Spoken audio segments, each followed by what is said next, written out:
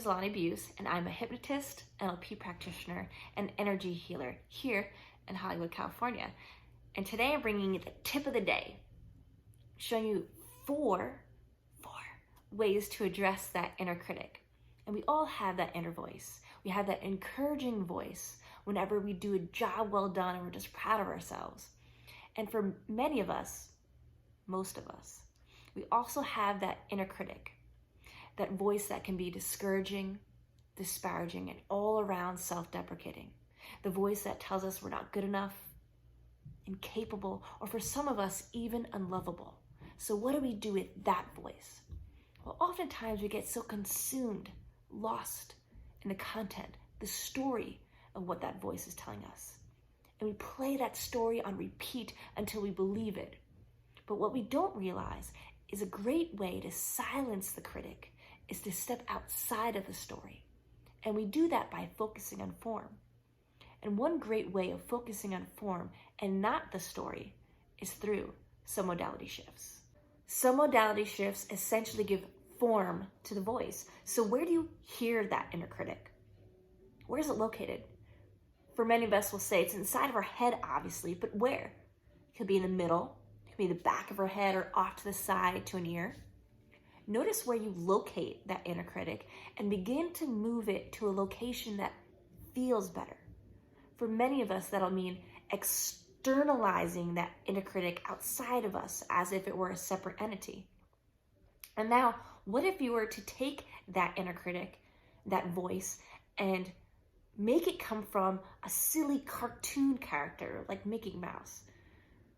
You can't take that as seriously, can you? And what if that voice, that tone, was now muffled? What if you notice the tone of voice and if it's harsh or discouraging? What if you were to, like a dial on a radio, tune down, crank down that inner voice to a muffled sound, or maybe even shut it off completely like a light switch?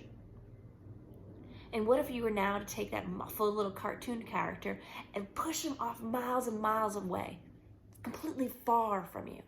And notice all the ways that inner critic, that voice, loses its impact.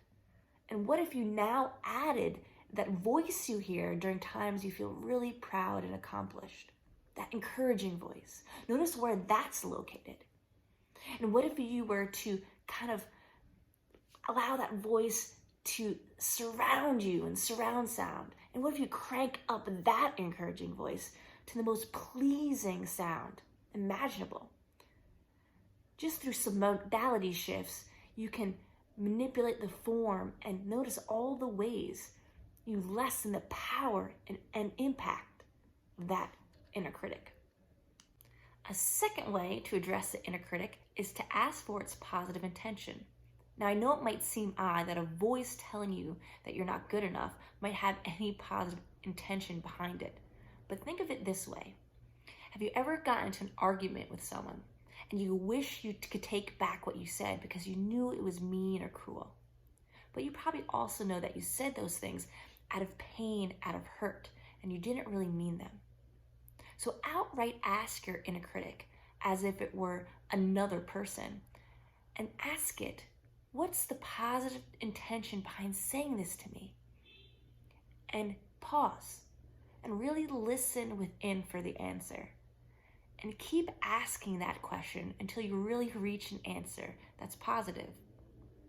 Because you see, the inner critic, that voice, oftentimes speaks to us out of fear and wanting to protect us from potential emotional pain. And if you were to think of it in this way, that's something that you're more apt to listen to, isn't it?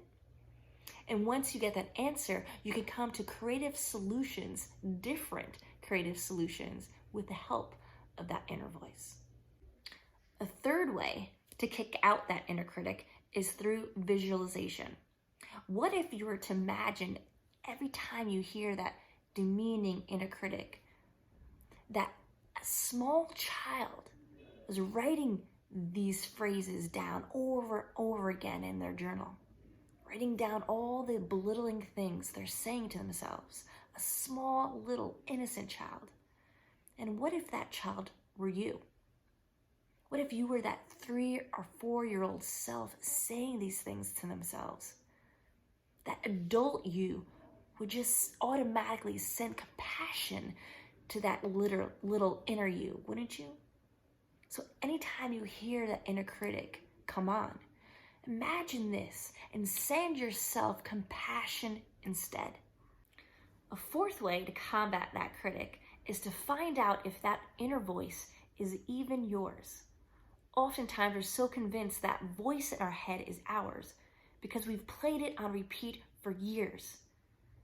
But if you were to take a moment and go back to when you first heard those words, you might find that inner critic, that inner voice, isn't the initial offender.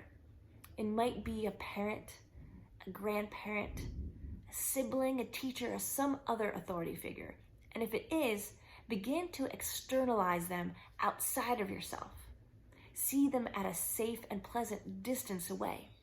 And then begin to locate where you feel those inner critic's words inside. Feeling where you sense those belief systems about yourself.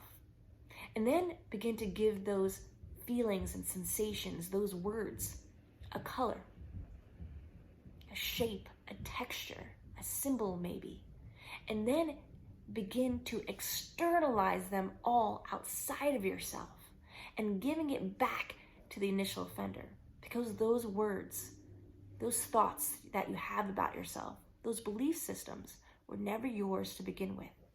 Perhaps you'd rather like to externalize them all out and send it out off into the universe somewhere so you can never see, feel, or hear those words again.